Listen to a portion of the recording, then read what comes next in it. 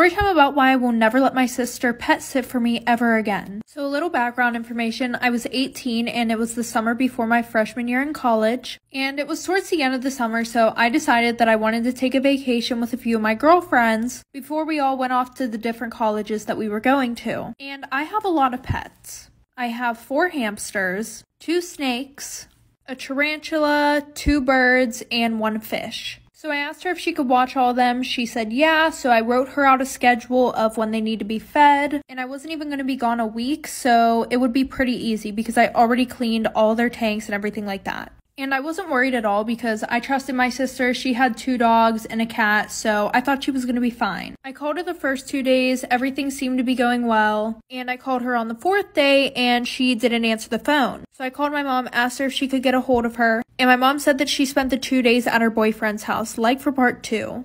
Part 2 about why I will never let my sister pet sit for me ever again. So like I said, I called my mom asking if she could get a hold of her, and she said that she spent the last 2 days at her boyfriend's house. And the worst part was, my sister was the only one with a key to my apartment. So my sister calls me the next day and she's like, hey, sorry, like I was at my boyfriend's house. And I was like, who fed the animals? And she was like, well, I just put enough in their cages so that way they would be fine for like 3 days. And she was like, don't worry, I'll sleep over there tonight to make sure they're okay. So I'm like having a panic attack right now. Anyways, so fast forward, I get home early in the morning and my sister's sleeping on the couch, but my sister brought over her animals too. So I wake my sister up and I'm like, hey, like, how are all the animals? She's like, oh, they're fine. And then we walk into the kitchen and the bird cage is open and my birds are missing and her cats are nowhere to be found. So now I'm freaking out. So then I go to check on the rest of my animals, like for part 3.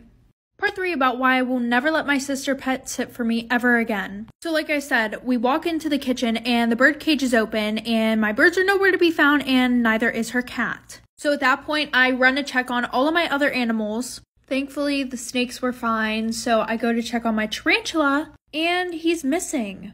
So now I grabbed my sister's dogs, locked them in my room, and I went to go check on my hamsters. Yeah, she forgot to feed them the whole week, because one of them ate the other one. So at this point, I'm having like a mental breakdown and I'm moving all the furniture in the living room and everything like that. And we lift up the couch and we see her cat bolt out from under the couch. After that, I look under the couch and my bird is literally torn into pieces under the couch. A few days later, she texted me and she was like, hey, like, I feel so bad. Like, let me buy you a new bird and a new tarantula. And to this day, 2 years later, I still don't know what happened to them. My boyfriend and his friends trapped me in a house and assaulted me. Disclaimers are not my story time, instead of me on Instagram. I met my boyfriend in college last year. We had the same class and during class I would always catch him staring at me. At first it was a little creepy, but once we started talking I realized how charming he was. One day he came up to me and just started asking me about where I was from. And right away I got these butterflies in my stomach. He was really attractive. And I could tell that the girls in our class all looked at him a certain way too. He asked me out on a date and I said yes. But when some of my friends found out that I was going on a date with him, they started telling me things. One of my friends told me that there was a rumor going around that he had assaulted another girl. I just couldn't picture him being that way. He didn't seem capable of anything like that. Later on that day, I got a message from another girl telling me the same thing. And when I asked her information about the girl he supposedly assaulted, they told me that they didn't remember her name. That apparently she just left school after it happened. Part 2 is up. My boyfriend and his friends trapped me in a house and assaulted me. Disclaimer, this is not my story time. After I heard about the rumors that he had assaulted a girl, I asked for evidence and nobody had any. Nobody even remembered the name of the girl. So I decided to go on the date with him. He took me on a picnic and at first it was really nice. He had asked me what some of my favorite foods were and he brought them all with him. He brought hummus and cherry tomatoes and chips. But 5 minutes into the picnic, he grabs me and kisses me. Now, I'm not saying that I didn't want to be kissed, I just didn't want it to happen so quickly. And he didn't even ask me for permission, which looking back now was the first red flag. After that, he couldn't keep his hands off of me. I never said no, so he just kept going. He kept touching my shoulder and my legs, and he would lean in and kiss me every now and then. By the end of the day, I was into it. The rest of the relationship, he was always a little bit aggressive. He never asked me if I wanted to do anything, he would just do it. A week after we started dating, he introduced me to his friends. One of them jokingly asked my boyfriend when it was his turn to take with me. Part 3 is up.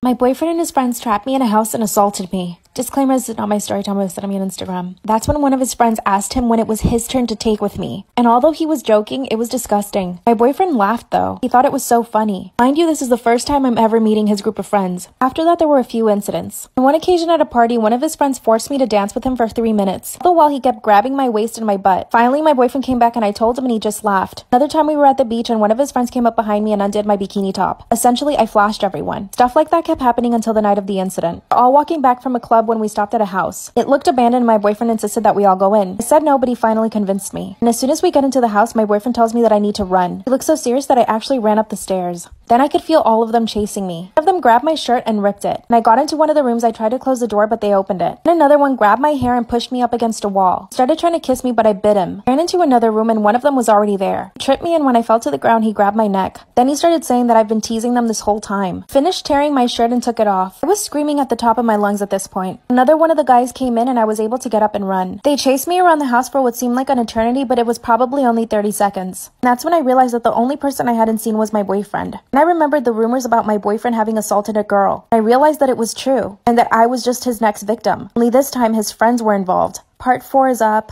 My boyfriend and his friends trapped me in a house and assaulted me. As I'm hiding in a corner hoping that none of them find me, I hear footsteps walking towards me. I realize that this is probably where they had brought the other girl to assault her, and that they knew every corner of this house, so there was no way for me to hide. Suddenly, I feel someone grab my elbow and pull me up. It was the friend that had torn my shirt and told me that I was teasing them. Immediately, he pins my arms behind me and starts trying to kiss me. Then he actually said that I should be flattered because they all find me so beautiful, and that the more I fight back, the funner it is for them. Suddenly, I hear my boyfriend yell stop, runs up the stairs and into the room. At this point, the other 3 guys were in the room, just watching the other one kiss me. Then he said the joke is over, grabs me and takes me out of the house. That's when I turned to him and say that the rumors were true this whole time. Then he grabbed me by the shoulders, looked me in the face and said that she had wanted it, and that his friends and him were just joking around in the house. Dropped me off at my dorm and the next morning I woke up with bruises and hickeys all over my body. I reported it to the school but they've done nothing. My boyfriend keeps swearing that it's a joke. I blocked him but he keeps showing up at my door. He's being sweet and even sending me groceries. I'll keep you guys updated. My mom told me I would never be able to be a singer because I sound like Shrek. My mom was honestly my first and biggest hater for every dream I've ever had. I wanted to do gymnastics, but she told me I looked like a loose spaghetti. Then I wanted to be a rapper. She told me I sounded like I was yodeling in Spanish. Then I finally found myself and found what I really love to do, which was singing. So I told her I really love her support and I really wanted to pursue it. But she told me no one would ever listen to my music because I sound like Shrek. She even told me that no one would ever come to see me perform, so I can forget all about it. But one day I was singing in the bathroom in school and my counselor came in there. She says, "Who's in that stall singing like that?" I was so embarrassed. I just knew she was going to say something that my mom had said to me before. And I go, "It's me. I'm just joking around singing in here." She's like, "Come on out. Let me hear you again." So I sing for her again, and she tells me I sound so beautiful. She puts me in all these talent shows. I win first place in practically everything. And she signs me up for this major competition, and winner gets signed to a record label. You guessed it, I won. And now my mom wants to sit front row at all my accomplishments. Should I cut her off even though she's my mom?